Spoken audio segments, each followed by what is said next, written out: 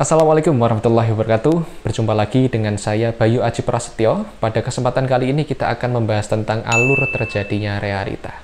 Jadi, teman-temanku dimanapun Anda berada, seperti yang telah kita ketahui bersama bahwa kita setiap hari akan selalu menemui realita-realita, atau kita sebut juga sebagai hasil ya.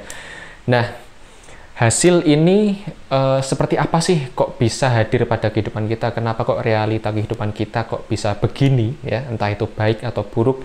Nah, ini kalau misal kita lihat dari sudut pandang main programming, ini ada alurnya ya. Nah, alurnya seperti ini. Kita lihat ke layar ya, yuk. Nah, seperti yang telah kita lihat di layar ini saya tuliskan dulu ya. Di pojok kanan ini adalah realita. Nah, realita ini merupakan hasil atau feedback ya. Misalnya kita dapat upah atau dapat omset atau misal katakanlah dinyinyirin orang, itu juga realita. Artinya hasil. Hasil dari apa gitu ya? Hasil dari yang namanya perilaku ya. Perilaku, kemudian cara berpikir ya, strategi dan respon ya. Dan respon. Nah, artinya ya, jadi sebenarnya realita yang kita hadapi sekarang, baik itu jumlah rekening seperti apa, kemudian jenis pekerjaan seperti apa yang kita hasilkan, itu merupakan feedback dari perilaku-perilaku kita ya, berupa perilaku, strategi, respon kita. Nah, tetapi ini masih ada di kolom output ya. Jadi ini masih output. Ini adalah hasil juga ya. Perilaku kita pun juga hasil ya.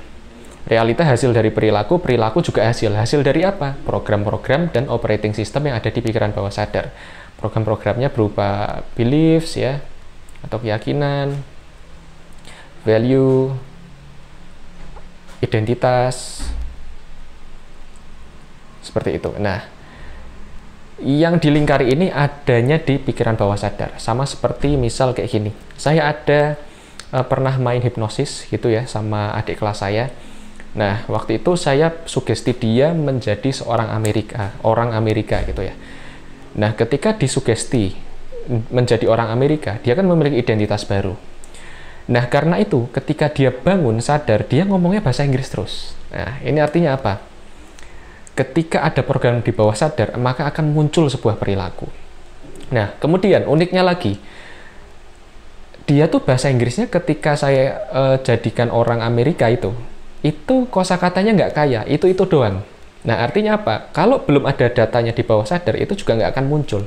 Artinya, apapun yang muncul berupa perilaku, baik itu ucapan, tindakan, bahkan pikiran, itu merupakan hanya proses mengambil database dari pikiran bawah sadar, hingga akhirnya kita lakukan ya, berupa perilaku, strategi atau respon menjadi sebuah realita. Artinya realita itu sebenarnya ya, atau hasil itu hanya representasi dari apa yang ada program-program di bawah sadar kita, seperti itu. Nah, kita tarik mundur lagi. Oh ya, sebelumnya kalau misal kita pengen mengubah perilaku berupa mengubah perilaku dan hasil, maka yang perlu dilakukan pertama kali bisa dengan pendekatan, yaitu mengotak-atik ya struktur program yang ada di pikiran bawah sadar sehingga muncul perilaku baru ya, yang mendukung tercapainya goal kita, seperti itu. Itu cara yang pertama. Nah, kita balik lagi mundur. Nah, beliefs ini ya, value, identity atau program-program di bawah sadar ini hasil dari apa sih? Hasil dari informasi yang masuk ya, berupa kejadian, pengalaman gitu ya, input